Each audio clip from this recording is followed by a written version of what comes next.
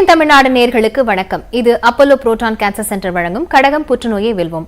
நம்ம நிகழ்ச்சியில தொடர்ச்சியா புற்றுநோய் தொடர்பான பல்வேறு சந்தேகங்களுக்கு புற்றுநோய் நிபுணர்கள் மருத்துவர்கள் நம்முடைய பதிலளிச்சிட்டு வராங்க. அந்த வகையில இன்றைய நிகழ்ச்சியில சிறுநீரகம் மற்றும் அது சார்ந்த புற்றுநோய் தொடர்பான பல்வேறு கேள்விகளுக்கு நம்முடைய விடையளிப்பதற்காக வந்திருக்கிறார் டாக்டர் ஸ்ரீவத்சன் அவர்கள், ஆங்காலஜி யூரோ ஆங்காலஜி கன்சல்டன்ட். வணக்கம் சார். வணக்கம் சார். யூராலஜி அது தொடர்பான அது சார்ந்த புற்றுநோய் அப்படின்னா என்ன சார்? எதெல்லாம் காமனா இருக்கும்? யூராலஜி அப்படிங்கிற ஃபீல்டு வந்து சிறுநீரகம் மற்றும் அதனுடைய ட்ரைனேஜ் பேசேஜ் சம்மந்தப்பட்ட ஆர்கன்ஸ் உள்ளிட்ட, அதாவது சிறுநீரகத்திலேருந்து வர டியூப் பேர் வந்து யூரிட்டர்னு சொல்லுவோம். அதையெல்லாம் சேர்ந்து நம்ம சிறுநீரக பை, தட் இஸ் யூரினரி பிளாடரில் வந்து யூரின் கலெக்ட் ஆகுது. அதுக்கப்புறம் வந்து அந்த யூரினரி பேசேஜ், அதாவது பாதை வழியாக வெளியில் வந்து we pass the urine out. So in the entire system is called as urinary system, and the subject dealing with this system is called as urology. The urologyங்கிறது இது சம்பந்தப்பட்ட எந்த நோய் வந்தாலும் அதை டீல் பண்ணுற டாக்டர் பேர் வந்து யூராலஜிஸ்ட். இது ஸ்பெசிஃபிக்காக வந்து இந்த ஆர்கன் சம்மந்தப்பட்ட புற்றுநோய் வந்தவங்களை டீல் பண்ணுறவங்கள பேர் யூரோ ஆன்காலஜிஸ்ட் அப்படிங்கிறது சொல்லுவோம். ஸோ இதில் வந்து பார்த்திங்கன்னா சிறுநீரகத்தில் கேன்சர் வரலாம், சிறுநீரக பாதையில் கேன்சர் வரலாம், சிறுநீரக பையில் கேன்சர் வரலாம். இது தவிர்த்து ப்ராஸ்டேட்னு சொல்கிற ஒரு சுரப்பி கிளாண்ட் வந்து சிறுநீரக பையுடைய வாயில் இருக்குது, அதுலேருந்து கேன்சர் வரலாம். இது தவிர பீனஸ், டெஸ்டிஸ் மற்ற ஆண் உறுப்புகளில் புற்றுநோய் வரலாம். ஸோ இது எல்லாத்தையும் சம்மந்தப்பட்ட புற்றுநோயை டீல் பண்ணுற டாக்டர் பேர் யூரோ ஆன்காலஜிஸ்ட் சொல்லுவோம். Okay sir. ஸோ இந்த சிறுநீரகம் அது சார்ந்த இந்த புற்றுநோய் எல்லாம் எந்த அளவுக்கு சார் காமனாக இருக்குது? அதாவது இப்போ லங் கேன்சர், பிரெஸ்ட் கேன்சர், மவுத் கேன்சர்ஸ்லாம் பார்த்தீங்கன்னா ஓரளவுக்கு இந்தியாவில் காமனாக இருக்கக்கூடிய புற்றுநோய். இந்த சிறுநீரகம் சார்ந்த அந்த கேன்சர்ஸ் எவ்வளோ சார் காமனாக இருக்குது? ஸோ இதை வந்து ஆர்கன் வைஸ் டிவைட் பண்ணிடுறாங்க. So you have prostate cancer, kidney cancer, bladder cancer. ஓவராலாக எடுத்திங்கன்னா மூன்றாவது இடத்துல இந்தியாவில் வந்து குளோபோகான் டேட்டா சொல்கிறது வந்து யூரினரி கேன்சர்ஸ் வந்து மூன்றாவது இடத்துல இருக்குது. அதாவது பிரெஸ்ட் ஃபீமேல்ஸில், ஹெட் அண்ட் நெக் வந்து மேல்ஸில். இது தவிர்த்து லங் வந்து காமனஸ்ட் ரெண்டு பேருக்குமே. மூன்றாவது இதில் சிறுநீரக சம்மந்தப்பட்ட புற்றுநோய் வந்து டாப் 3ல இருக்கு. சோ யாரெல்லாம் சார் ரிஸ்க்ல இருக்காங்க? இப்ப புகையிலை பொருட்கள், ஸ்மோக்கிங், ஆல்கஹால் எடுக்கிறவங்க, இந்த ஹெட் அண்ட் நெக் கேன்சர், அதுக்கப்புறம் பிரஸ்ட் கேன்சர், இதுக்கெல்லாம் காரணம் சொல்லக்கூடியது.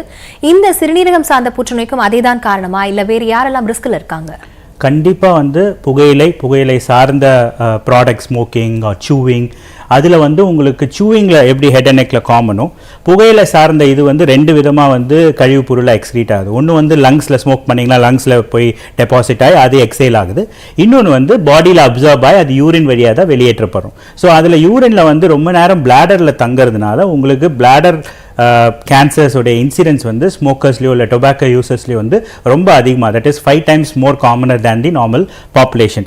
இது தவிர்த்தவும் உங்களுக்கு பிளாடர் கேன்சர் வந்து நார்மலாகவே எதர் ஹெரிடிட்டரி மூலமாகவோ இல்லை மற்ற chemical exposure, for example factory workers, டையில் ஃபேக்ட்ரியில் ஒர்க் பண்ணுறவங்க, பெயிண்ட் ஃபேக்ட்ரியில் ஒர்க் பண்ணுறவங்க, இந்த மாதிரி ஒர்க்கர்ஸ்க்கும் உங்களுக்கு வந்து சான்சஸ் வந்து இதுவாக இருக்குது. கதிர்வீச்சோட ஒர்க் பண்ணுறவங்க, இவங்க எல்லாருக்குமே வந்து பிளாடர் கேன்சரோட ரிஸ்க் வந்து கொஞ்சம் அதிகமாக தான் இருக்குது. பட் மோஸ்ட் காமன் காஸ் அப்படின்னு பார்த்தீங்கன்னா இந்தியாவில் பொறுத்த மட்டும் smoking or tobacco usage is the commonest cos. Okay sir. இந்த சிறுநீரகம் அது சார்ந்த புற்றுநோய்க்கு என்னென்ன அறிகுறிகள் சார்? முக்கியமாக இந்த அறிகுறிகளெல்லாம் வந்து நான் மிஸ் பண்ணிடக்கூடாது, கண்டிப்பாக ஒரு மருத்துவர்கிட்ட போகணும்னா முக்கியமான அறிகுறிகள் என்ன சொல்லலாம் சார்? ஸோ இந்த பிளாடர் கேன்சர் பொறுத்த மட்டத்தில் வந்து மிஸ் பண்ணுற சான்சஸ் ரொம்ப கம்மி. ஏன்னா the first symptom are what we called as a herald symptom, அதாவது ராஜா வரத்துக்கு முன்னாடி அதனுடைய முன்னோக்கி இது வரும்னு சொல்லுவாங்களே, அந்த ஹெரால்டு சிம்டம் பார்த்தீங்கன்னா பிளட் இன் த யூரின், அதாவது சிறுநீரில் வந்து ரத்தம் வர்றது தான் most common symptom.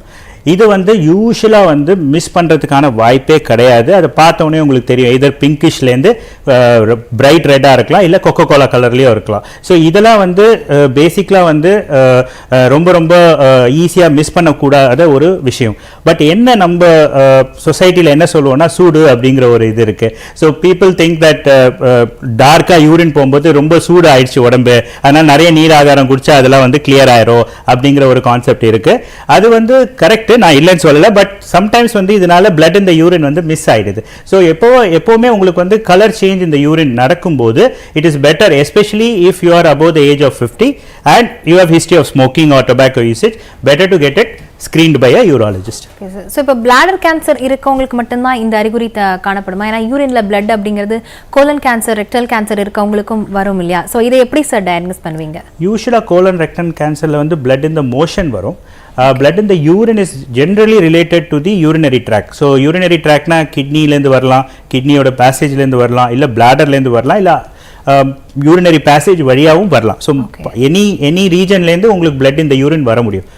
blood in the urine வரத்துக்கான மோஸ்ட் காமன் காரணம் வந்து கேன்சர்னு சொல்ல முடியாது. யூரினரி இன்ஃபெக்ஷன், யூரினரி ஸ்டோன், அதுதான் இந்தியாவில் ரொம்ப காமனான ஒரு விஷயம். அதுதான் most common blood in the urine.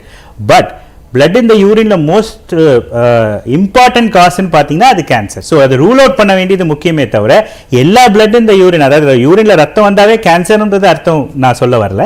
But மற்ற காரணங்கள் வந்து பினைன் காசஸ், அதனால உங்களுக்கு வந்து உயிருக்கு ஆபத்து வர்றதுக்கு ரொம்ப கம்மி தான். பட் கேன்சர்னால உங்களுக்கு ஸ்ப்ரெட் ஆகிறதுக்கு வாய்ப்பு இருக்கு. எவ்வளோ ஏர்லியாக நம்ம கண்டுபிடிக்கணுமோ அவ்வளோ ஏர்லியாக வந்து உங்களால் ட்ரீட்மெண்ட்டும் எடுக்க முடியுன்றதுனால இது வந்து ரொம்ப இம்பார்ட்டன்ட். ஸோ என்னென்ன டெஸ்ட் எல்லாம் வச்சு இந்த பிளாடர் சார்ந்த கேன்சர்ஸை வந்து டயக்னோஸ் பண்ண முடியும் சார்? ஸோ உங்களுக்கு வந்து பேசிக்கலாக யூரினில் ரத்தம் அதான் மோஸ்ட் காமன் எங்ககிட்ட ப்ரெசென்ட் ஆகுது. யூரினில் வந்து பிளட் வருது அப்படிங்கிற பட்சத்தில் வந்து நம்ம மோர் காமன் டெஸ்ட் என்னென்ன பண்ணுவோம்னா யூரின் டெஸ்ட் மெயினாக பண்ணுவோம். ஏன்னா யூரினில் இன்ஃபெக்ஷன் எதுவும் இல்லை, பூச்சி எதுவும் இல்லைன்றதை ரூல் அவுட் பண்ணுவோம். ரெண்டாவது வந்து ultrasound. Ultrasound is a best screening method, அதாவது ஈஸியஸ்ட். ஏன்னா சிடி ஸ்கேன்லாம் ரொம்ப காம்ப்ளிகேட்டடான டெஸ்ட்டுங்கிறதுனால ஃபஸ்ட்டு வந்து அல்ட்ராசவுண்ட் ஸ்க்ரீனிங் தான் பண்ணும்.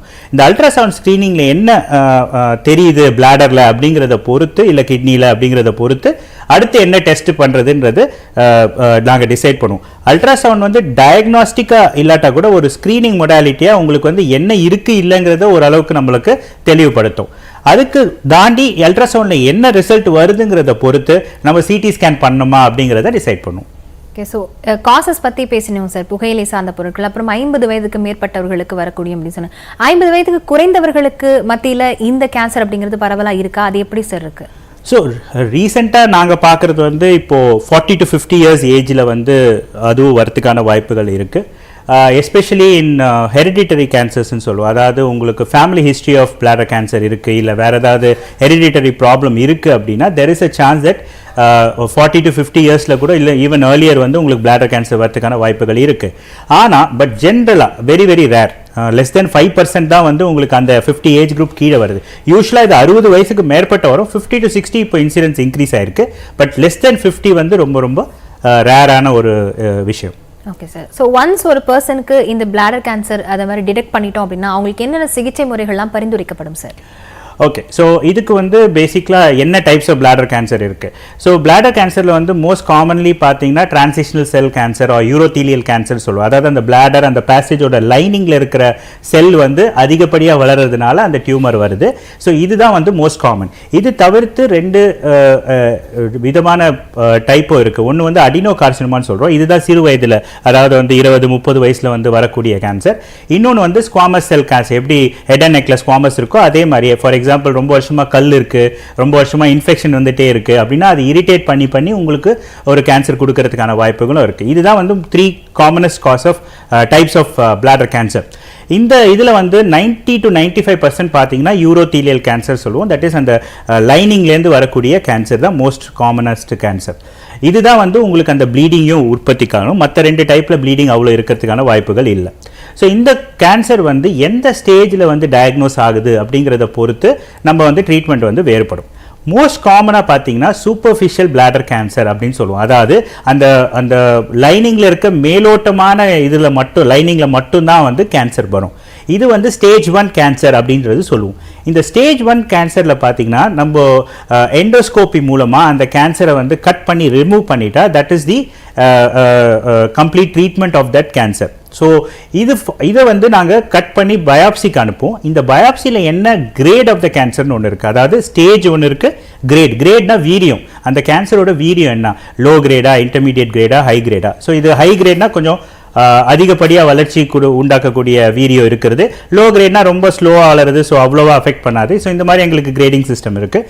இந்த கிரேடை பொறுத்து we will decide further treatment ஏதாவது தேவையா இது. பட் பிளாடர் கேன்சரில் வந்து ஒரு இம்பார்ட்டண்ட் விஷயம் என்ன அப்படின்னு கேட்டிங்கன்னா நான் சொன்ன மாதிரி இந்த புகையிலையிலேருந்து வர அந்த ப்ராடக்ட் டாக்ஸிக்லாம் வந்து என்டையர் பிளாடருமே எக்ஸ்போஸ் ஆயிருக்கு. ஸோ ஒரு இடத்துல டியூமர் வந்தாலும் அதை கட் பண்ணி எடுத்தாலோ இந்த என்டையர் பிளாடருமே அந்த நச்சு பொருளுக்கு வந்து எக்ஸ்போஸ் ஆயிருக்கு. ஸோ மற்ற இடத்துல இருந்தும் வரத்துக்கான வாய்ப்புகள் அதிகம். ஸோ ரிகரன்ஸ் ரேட் அப்படின்னு பார்த்தீங்கன்னா கொஞ்சம் அதிகமாக இருக்குது. மற்ற கேன்சர்லாம் பார்த்தீங்கன்னா எடுத்துட்டோம் அப்படின்னா கியூர் இஸ் கம்ப்ளீட். பட் பிளாடரை பொறுத்த மட்டத்தில் அடுத்த 2 to 5 வருடத்தில் வந்து சர்வேலன்ஸ் அப்படிங்கக்கூடிய ஒரு டெஸ்ட் பண்ணிகிட்டே தான் இருக்கணும். நீங்கள் வந்து ரெகுலர் செக்அப் பண்ணிகிட்டே தான் இருக்கும். ஏன்னா இன்னொரு இடத்துலேருந்து பிளாடர் கேன்சர் வரதுக்கான வாய்ப்புகள் இருக்குது. ஸோ புற்றுநோயை பொறுத்த வரைக்கும் சார் எவ்வளோ ஏர்லியராக கண்டுபிடிக்கிறோமோ அவ்வளோ ஏர்லியராக வந்து இட் இஸ் கியூரபிள் அப்படின்னு சொல்கிறாங்க. ஸோ இந்த பிளாடர் கேன்சர்ஸை பொறுத்த வரைக்கும் ஸ்டேஜ் 1 நீங்கள் ஸ்டேஜ் கிரேடு பற்றி அடுத்தது கிரேட் பற்றி கேட்குறேன். இப்போ ஸ்டேஜ் ஏர்லியராக அதை வந்து டிடெக்ட் பண்ணுறது டயக்னோஸ் பண்ணுறது பாசிபிள் தானே? அது எப்படி சார்? ஸோ நான் சொன்ன மாதிரி உங்களுக்கு வந்து இந்த பிளட் இந்த யூரின் வந்த உடனே நம்ம யூஸ்வலாக வந்து பார்த்தீங்கன்னா ஏர்லி பிளாடர் கேன்சரில் முதலே பிளட் வந்துடும். ஸோ இது வந்து பிளட் வராமல் இருக்கிறதுக்கான சான்சஸ் ரொம்ப ரொம்ப கம்மி. ஸோ அந்த மாதிரி வரும்போதே நம்ம டயக்னோஸ் பண்ணோம்னா யூஸ்வலி இங்கே பார்த்தீங்கன்னா நாங்கள் பார்க்குற ஒரு 100 கேஸ் பார்த்தோன்னா அதில் 75 to 80 விழுக்காடு வந்து சூப்பர்ஃபிஷியல் பிளாடர் கேன்சர், அது ஸ்டேஜ் 1 டிசீஸ் தான். அதில் எந்த கிரேட் வேணா இருக்கலாம், அது எங்களுக்கும் தெரியாது, ஆப்ரேஷன் பண்ணால் தான் தெரியும். பட் இது மாதிரி நம்ம வந்து எண்டோஸ்கோப் பண்ணி அந்த டியூமரை எடுத்துட்டு அது என்ன கிரேடோ அதுக்கேற்ற மாதிரி ஃபாலோ அப் ட்ரீட்மெண்ட் பண்ணுவோம். பட் உங்களுக்கு வந்து சம்டைம்ஸ் வந்து அந்த பிளாடருடைய வால், அதாவது அந்த பிளாடருடைய மசில்னு சொல்லுவோம், அதுதான் அழுத்தி உங்களை யூரினை வெளியில் தள்ளுது, அது இன்வால்மெண்ட் இருந்துச்சுன்னா அது வந்து ஸ்டேஜ் 2 அப்படிங்கிறது ஆகும். ஸ்டேஜ் 2ல் வந்து நம்ம எண்டோஸ்கோபி மூலமாக கம்ப்ளீட்டாக வந்து அந்த கேன்சரை கிளியர் பண்ண முடியாது. ஸோ உங்களுக்கு வந்து ஃபர்தர் ட்ரீட்மெண்ட் வந்து தேவைப்படும். இந்த ஸ்டேஜ் 2ல் ட்ரீட்மெண்ட் எப்படி இருக்கும்னு பார்த்தீங்கன்னா 2 வகையாக பிரிக்கப்படுது. சில பேருக்கு வந்து நாங்கள் அந்த டியூமரை கட் பண்ணி உள்ளேருந்து எடுத்துட்டு இது தவிர்த்து கீமோதெரப்பி ப்ளஸ் ரேடியேஷன் அந்த இடத்துக்கு கொடுப்போம். இன்னொன்று வந்து கம்ப்ளீட்டாக பிளாடர் ரிமூவல் ஃபுல்லாக ரிமூவ் பண்ணுற மாதிரி ஒரு சுச்சுவேஷன் இருக்கும். ஸோ ஸ்டேஜ் 2 அண்ட் ஸ்டேஜ் 3ல் அதாவது பிளாடருக்கு வெளியில் இல்லை பிளாடரோட மசிலுக்குள்ளே போகிற கேன்சராக இருந்துச்சுன்னா நம்ம பிளாடர் ரிமூவல் சர்ஜரிக்கான தேவை இருக்கும். ஓகே, ஸோ இந்த பிளாடர் தவிர்த்து யூரிட்டரெல்லாம் கூட அந்த கேன்சர் செல்ஸ் இருக்கும் அப்படின்னு சொன்னீங்க. டியூமர்ஸ் மட்டுமே இந்த பிளாடர்ஸில் கேன்சராக இருக்குமா, இல்லை வேறு ஏதாவது செல்களாக மட்டும் கூட வளர்ந்துருக்கக்கூடிய வாய்ப்புகள் இருக்கா? ஸோ எப்போவுமே நாங்கள் டியூமர்னு சொல்லும்போது 2 விதமாக கிளாஸிஃபை பண்ணுறோம். ஒன்று வந்து பினைன் டியூமர், இன்னொன்று வந்து மெலிக்னன்ட் டியூமர். பினைன் டியூமர்னா நான் கேன்சரஸ் டியூமர், மெலிக்னன்ட் டியூமர்னா cancerous tumour. But urinary tract பொறுத்த மட்டத்தில் பினைன் டியூமர்ஸோட இன்சிடென்ஸ் வந்து லெஸ் தென் 5% தான். யூஸ்வலி பிளட் இந்த யூரின் வந்து ஒரு கட்டி இருக்குன்னா சான்சஸ் 95% அது கேன்சர் கட்டி தான், especially if you R a smoker. So அது எந்த அளவுக்கு சார் பரவக்கூடியது? கிரேடு பற்றி சொன்னீங்க, எந்த அளவுக்கு பரவக்கூடியது? ஈஸியாக பரவக்கூடியதா இல்லை மற்ற எந்தெந்த பகுதிகளுக்கு பரவுவதற்கான வாய்ப்புகள் இருக்குது? So bladder and bladder related cancers பார்த்தீங்கன்னா it's one of the most aggressive cancer. ரொம்ப வீரியம் கூடிய ஒரு cancer. It's more aggressive than prostate, kidney, other இது. அதாவது இது ஒரு நான் சொல்லப்போனால் உயிர்கொல்லி நோய் தான். அது வந்து நம்ம வந்து கேர்லெஸ்ஸாக விட்டுட்டோமோ இல்லை ஃபாலோ அப் பண்ணாமல் அது ஸ்ப்ரெட் ஆகிடுச்சுன்னா கண்டிப்பாக வந்து it will lead to mortality and morbidity. ஏன் இந்த மாதிரி அப்படின்னா இதனுடைய தன்மை அந்த மாதிரி, இது ஊடுருவ தன்மையும் ரொம்ப ஃபாஸ்ட்டாக இருக்கும், ரொம்ப அக்ரெசிவாக இருக்கும். அண்ட் ஒன்ஸ் அதனுடைய பிளாடர்லையோ இதில் பிளட் வெசல்குள்ளே ஊடுருவித்துனா பாடி ஃபுல்லாக ஸ்ப்ரெட் ஆகிறதுக்கான வாய்ப்புகளும் ரொம்ப அதிகமாக இருக்குது. ஸோ இது வந்து ரொம்ப ரொம்ப important that it has to be diagnosed early and treated early. Once you அந்த window period நம்ம மிஸ் பண்ணிட்டோம் அப்படின்னா அது ஸ்ப்ரெட் ஆயிடுச்சுன்னா then treatment becomes very difficult for us as well as for the patient. தொடர்ந்து பேசலாம் சார். ஒரு சிறிய இடைவேளைக்கு பிறகு அப்போலோ புரோட்டான் கேன்சர் சென்டர் வழங்கும் கடகம் புற்றுநோயை வெல்லும் தொடரும்.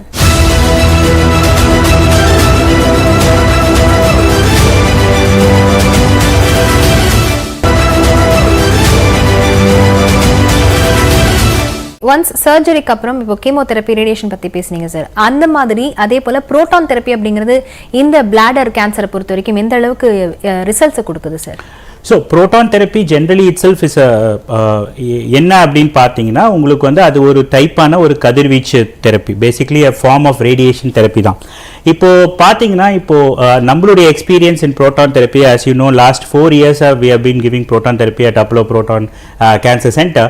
அதில் வந்து we have done about I think 30 to 40 cases proton therapy. We call that as a tri-modality therapy ன்னு சொல்லுவோம். அதாவது endoscopic surgery எவ்வளோ கிளியர் பண்ண முடியுமோ பண்ணிட்டு chemotherapy plus radiation to that proton therapy to that area. இது வந்து it has good results. இதனுடைய அட்வான்டேஜ் என்னன்னு பார்த்தீங்கன்னா உங்களுக்கு அந்த bladder ஃபுல்லாக ரிமூவ் பண்ணாமல் அந்த bladder preservation therapy அப்படின்னு சொல்லுவோம். ஏன்னா இப்போ பிளாடர் எடுக்கிறதுங்கிறது வந்து ஒரு மேஜர் ஆப்ரேஷன். அந்த பிளாடர் எடுத்தப்புறம் அந்த யூரினுக்கான ஒரு பேசேஜை நம்ம வந்து உருவாக்க வேண்டிய கட்டாய நிலை இருக்குது. பிளாடர் எடுத்துட்டு அப்படியே யூரின் எங்கே ட்ரெயின் ஆகும். So we have to create a passage or reconstruct a passage for that. So இதனால வந்து நிறைய பேஷண்ட்டுக்கு வந்து ஹெசிடேஷன் இருக்குது அந்த சர்ஜரி பண்ணிக்கிறதுல. ஸோ இதனால வந்து இந்த ட்ரை மொடாலிட்டி தெரப்பி பண்ணும் பட்சத்தில் பிளாடர் சேவ் பண்ணுறதுக்கான ஆப்பர்ச்சுனிட்டி நமக்கு கிடைக்குது. பட் எல்லா கேசஸ்லையும் இந்த மாதிரி ட்ரை மொடாலிட்டி தெரப்பி யூஸ் பண்ணுறது டிஃபிகல்ட். அதுக்குன்னு சில செலக்டட் கிரைட்டீரியா இருக்கு. ஃபார் எக்ஸாம்பிள் கொஞ்சம் சின்ன டியூமரா இருக்கணும், பிளாடர் ஃபுல்லா டியூமர் இருக்கக்கூடாது, பேசேஜ் இன்வால்வ் ஆகாம இருக்கணும், நிறைய கிரைட்டீரியா இருக்கு. அது ஃபுல்ஃபில் ஆச்சுன்னா definitely bladder preservation surgery is as well as bladder removal surgery. Okay sir. So robotic surgery பற்றி கண்டிப்பாக கேட்டாகணும் சார். என்னென்னா ரொபாட்டிக் சர்ஜரி அப்படின்னா மக்கள் மத்தியில் என்ன ஒரு புரிதல் இருக்குன்னா ரோபோ வந்து சர்ஜரி பண்ணுமா அப்படிங்கிற மாதிரி ஒரு புரிதல் இருக்கும். பட் எக்ஸாக்ட்லி ரொபாட்டிக் சர்ஜரினா என்ன அப்படிங்கிற சொல்லுங்கள் சார். சி நீங்கள் சொன்ன மாதிரியே ரோபாட்டுக்கு ஃபீஸ் கொடுத்துலாமான்னு கேட்பாங்க. So basically robotic surgery is a master slave relationship. So we do not have autonomous robot. அதாவது தானியங்கி ரோபான்றது வந்து நமக்கு இன்னும் கிடையாது ஆப்ரேஷன் பொறுத்த மட்டத்தில். ஸோ பேசிக்கலி என்ன பண்ணுவோம்னா இந்த லேப்ரோஸ்கோபிக் இன்ஸ்ட்ருமெண்ட்ஸை அதே மாதிரி சின்ன தொலை போட்டு வயிற்றுக்குள்ளேயோ எங்கேயாவது ஃபிக்ஸ் பண்ணிட்டு இந்த லேப்ரோஸ்கோபிக் இன்ஸ்ட்ருமெண்ட்ஸை வந்து ரோபோ மிஷினோட அட்டாச் பண்ணிடுவோம். இந்த ரோபோ மிஷின் வந்து கன்சோல், அதாவது ஒரு வீடியோ கேம் கன்சோல் மாதிரி, தே ஹேவ் அ கன்சோல். அதில் வந்து எங்களுக்கு கண்ட்ரோலுக்கு வரும். நாங்கள் அங்கே உட்காந்துட்டு we will be doing the surgery. So எங்களுடைய மூமெண்ட்டை வந்து அது ரோபோ அந்த லேப்ரோஸ்கோபிக் இன்ஸ்ட்ருமெண்ட்டை பிரதிபலிக்கும் வயிற்றுக்குள்ள. ஸோ இதில் என்ன ஆகுது, என்ன அட்வான்டேஜ் அப்படின்னு பார்த்தீங்கன்னா, ஒன்று வந்து it gives all the advantage of laparoscopy. இப்போ லேப்ரோஸ்கோபிக் இஸ் ரொம்ப ரொம்ப காமனான ஒரு சர்ஜரி ஆயிடுச்சு.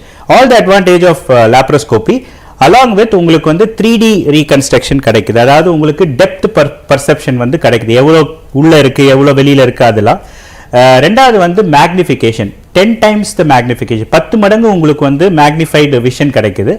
மூணாவது வந்து நம்மளுடைய மூவ்மெண்ட், ஃபார் எக்ஸாம்பிள் உங்களுக்கு கை நடுங்குது அப்படின்னா கூட உங்கள் ரோபோட்டிக் மிஷின் வந்து அதை ரிஃபைன் பண்ணி ஃபைனர் மூவ்மெண்ட் வந்து கொடுக்குது. இதனால என்ன அட்வான்டேஜ் பேஷண்ட்டுக்கு வருதுன்னு பார்த்தீங்கன்னா, உங்களுக்கு வந்து முன்னெல்லாம் வந்து பிளாடர் ரிமூவல் சர்ஜரினா மினிமம் பிளட் லாஸ் வந்து ஓப்பன் சர்ஜரி ஈரால வந்து 700 to 800 ml பிளட் லாஸ். இப்போ எங்களுடைய பிளட் லாஸ் பார்த்தீங்கன்னா 100 to 150 ml தான் இருக்குது. So it's a huge difference to the blood loss. Recovery period பார்த்தீங்கன்னா ரொம்ப ஏர்லி ரிகவரி இருக்குது. முன்னெல்லாம் வந்து 10 days அட்மிட் ஆகிருப்பாங்க. இப்போ hardly 3 to 4 days you go back home, you go back to work within 2 to 3 weeks. இதெல்லாம் வந்து மேஜர் சர்ஜரிஸ்ல வந்து it makes a lot of difference to the patient's morale as well, because அவங்க எவ்வளவு earlier recover ஆங்களோ they can feel that they are getting cured and so forth. So இந்த மாதிரி advantages வந்து பேஷண்ட்டுக்கு வருது. Obviously it is a costly surgery, but when you see the number of days of admission and requirement of antibiotics லாம் பார்க்கும் பட்சத்தில் it balances out that the patient is going back home early, is not loss of working days கம்மி ஆகுது. So இந்த விதத்தில் வந்து it's very helpful to the patient. So இந்த bladder cancer இது சார்ந்த ட்ரீட்மெண்ட்ல இருக்கவங்களுக்கு ஏதாவது டூஸ் அண்ட் டோன்ட்ஸ் இருக்கா சார்? இது செய்யணும், இவங்க இதெல்லாம் செய்யக்கூடாது அப்படின்னு சொல்லிட்டு. ஸோ முதல்ல வந்து ஸ்மோக்கிங் ஹேபிட் இருந்தால் that is the first thing we say to stop, because it's not a good thing to have, especially while undergoing treatment as well. The second thing is hydration. So basically வந்து உங்களுடைய நீர் அளவு, ஏன்னா already வந்து உங்களுக்கு இந்த tumour இருக்கிறதுனாலையும் plus உங்கள் கிட்னி ஸ்ட்ரெயினில் இருக்கிறதுனாலையும் you have to take enough quantity of fluids. இது ஜென்ரலி ஆஸ்க் கொஸ்டின்ஸ், ஒரு நாளைக்கு எவ்வளோ fluid is actually enough quantity of fluids, especially இப்போ இருக்கிற ஹீட்டில் வந்து you have to take at least 2.5 to 3 liters per day. I am not mentioning water, but fluids, any kind of hydration fluids you have to take, but not aerated products, or you can have buttermilk, you can have natural products எது வேணா எடுத்துக்கலாம் லிக்விட்ஸ்ல, but juices or anything like that if you're not a diabetic, but not aerated drinks and things like that. Other than that, but generally வந்து இப்போ bladder cancerக்குன்னு வந்து ஸ்பெசிஃபிக்காக நாங்கள் எதுவும் difference இல்லை. High protein diet is what we usually, any cancer for that matter, recovery from cancer requires building blocks which is done by amino acids and proteins. So high protein diet, especially animal protein, is very very complex and good for your rebuilding. So I would suggest a high protein diet at the during the course of treatment for bladder cancer. Okay, ஒரு patient முழு treatment ப்ரொசீஜரையும் முடிச்சிருக்காங்க அப்படின்னா அவங்களுக்கு அந்த மறுபடியும் அந்த recurrence rate அப்படிங்கிறது எவ்வளவு இருக்கு சார்? எப்படி இருக்கு? அவங்க என்னென்ன பண்ணணும் கண்டிப்பா? ஓகே, நான் முன்னாடியே சொன்ன மாதிரி பிளாடர் கேன்சர் பொறுத்த மட்டும் ரிக்கரன்ஸ் ரேட்டுங்கிறது ரொம்ப அதிகம், மோர் தென் 50% வந்து ரிக்கரன்ஸ் ரேட் இருக்குது. ஸோ இந்த ரிக்கரன்ஸ் ரேட் எஸ்பெஷலி இந்த சூப்பர்ஃபிஷியல் பிளாடர் கேன்சர், அதாவது ஸ்டேஜ் 1 பிளாடர் கேன்சரை ரிக்கரன்ஸ் ரேட்டை கம்மி பண்ணுறதுக்காக சில மெடிகேஷன்ஸ் வந்து நாங்கள் யூஸ் பண்ணுறோம். இன்ட்ராவெசிக்கல் தெரப்பின்னு சொல்லுவோம். அதாவது பிளாடருக்குள்ளே வந்து சில இன்ஜெக்ஷன் இல்லை ஏதாவது இன்ஸ்டிலேஷன் பண்ணி அந்த ரிக்கரன்ஸ் ரேட்டை குறைக்க முடியுமா அப்படிங்கிறத வந்து நாங்கள் பார்க்குறோம். அண்ட் குறைக்கவும் முடியறது. எஸ்பெஷலி பார்த்தீங்கன்னா பிசிஜி, அதாவது பிசிஜிங்கிறது வந்து டியூபர்குலோசிஸோட வேக்சின். இந்த டியூபர்குலோசிஸோட வேக்சினை வந்து நாங்கள் வந்து பிளாடருக்குள்ளே 6 வாரத்துக்கு இன்ஸ்டில் பண்ணுவோம். இது என்ன பண்ணும் அப்படின்னா உங்களுடைய லோக்கல் இம்யூனிட்டி, அதாவது பிளாடரில் இருக்கக்கூடிய உங்களுடைய இம்யூன் செல்ஸை வந்து அது ட்ரிகர் பண்ணும். இந்த இம்யூன் செல்ஸ் வந்து will kill the cancer cells வந்து surrounding tissue. So this is the natural way of killing your cancer cells which has been missed out or மிச்சம் இருக்கிற cancer cells கொல்றதுக்கான வாய்ப்புகள். So this reduces recurrence rate by more than 30 to 40%, which is a big deal. At least it postpones your recurrence to a longer duration as well. So இந்த மாதிரி therapies, இது தவிர chemotherapy agents intravesical போடுறது, bladderல போடுறது, இந்த மாதிரி நிறைய methods we use. ஏன்னா this is a very long process. ஏன்னா if for example 60 years now 70 years வரைக்கும் we have to keep following the patient as well. So அதனால இதை prevent பண்றதுக்காக we have various methods to make sure that it does not come again, or if it comes it doesn't come very frequently or very rapidly. இன்னொரு விஷயம் என்ன பண்றோம் அப்படின்னா surveillance. நான் முன்னாடி சொன்ன மாதிரி ஒன்ஸ் பிளாடர் கேன்சர் இருக்கு பேஷண்ட்டுக்கு அப்படின்னா ஆப்ரேஷன் பண்ண உடனே வீட்டுக்கு அமிச்சிட்டு அதோட மறக்கிறது கண்டிப்பா முடியாது. You have to undergo surveillance. Surveillance எப்படி பண்ணுவோம்னா ஒன்று வந்து இமேஜிங், ஒன்று வந்து அல்ட்ராசவுண்டோ இல்லை சிடி ஸ்கேன் அந்த மாதிரி பார்த்துட்டே இருப்போம். அது வந்து இவ்வளோ நாளைக்கு ஒரு தடவை அப்படிங்கிறது ஃபிக்ஸ் பண்ணி கொடுத்துருவோம். இன்னொன்று வந்து எண்டோஸ்கோபி ஆஃப் த பிளாடர், அதாவது சிஸ்டோஸ்கோபி அப்படின்னு சொல்லுவோம். பேசிக்கலாக சிஸ்டோஸ்கோப்பிங்கிறது யூரினரி பேசேஜ் வழியாக ஒரு எண்டோஸ்கோப்பை பாஸ் பண்ணி பிளாடருக்குள்ளே டைரெக்டாக பார்க்கறது. இது வந்து ரொம்ப ரொம்ப இம்பார்ட்டன்ட். இது வந்து தான் வந்து உங்களுக்கு கன்ஃபர்மேஷன் இன்னும் ரிக்கரன்ஸ் வரலை, க்ளீனாக இருக்குது பிளாடர்ன்றது கன்ஃபார்ம் பண்ணும். ஸோ மற்ற கேன்சர் ட்ரீட்மெண்ட் எடுக்கும்போது ஃபார் எக்ஸாம்பிள் கீமோவோ ரேடியேஷனோ போகிறப்போ சைடு எஃபெக்ட்ஸ் வர மாதிரி இந்த பிளாடர் கேன்சருக்கான ட்ரீட்மெண்ட் போதும் சைடு எஃபெக்ட்ஸ் ஏற்படுமா சார்? கீமோதெரப்பி சைடு எஃபெக்ட்ஸ் எப்போவுமே உண்டு. பட் முன்ன மாதிரி இந்த படத்தெலாம் காட்டுற மாதிரி ஹேர் லாஸ் இது ரொம்ப சிக்காகிறது வந்து ரொம்ப கம்மி தான். இப்போது we have various measures against it. பிளாடருக்கு யூஸ் பண்ணுற கீமோதெரப்பி ரெஜிமென் அப்படின்றது பார்த்தீங்கன்னா சிஸ்பிளாட்டின் ப்ளஸ் ஜெம்சிடபின்ற கீமோதெரப்பி ஏஜென்ட்ஸ் கொடுப்பாங்க. ஜென்ரலி சேஃபான ஏஜென்ட் தான். But only thing is that இது கிட்னி அஃபெக்ட் பண்ணக்கூடிய ஒரு ஏஜென்ட். ஏற்கனவே இங்கே 60 வயசுக்கு மேற்பட்டவங்கன்னா நம்ம வந்து டோஸ் அட்ஜஸ்ட்மெண்ட் பண்ணி அதுக்கு ஏற்ற மாதிரி கொடுத்தா we can prevent the damage created by the chemotherapy, and it is a specific number of cycles. 6 cycle தான் கொடுப்போம், அதுக்கு மேலே கொடுக்க மாட்டோம். So generally patients are able to get through the chemotherapy cycle safely. Okay sir, சிறுநீரகம் சார்ந்த எந்த ஒரு சிம்டம்ஸ்னாலும் உடனடியாக மருத்துவரை அணுகணும் அப்படின்றதையும் சொல்லியிருக்கீங்க. நிறைய சந்தேகங்களுக்கும் பதிலளிச்சிருக்கீங்க டாக்டர். நிகழ்ச்சியில் வந்தமைக்கு நன்றி. Thank you. நேயர்களே, மற்றொரு நிகழ்ச்சியில் சந்திக்கலாம். வணக்கம்.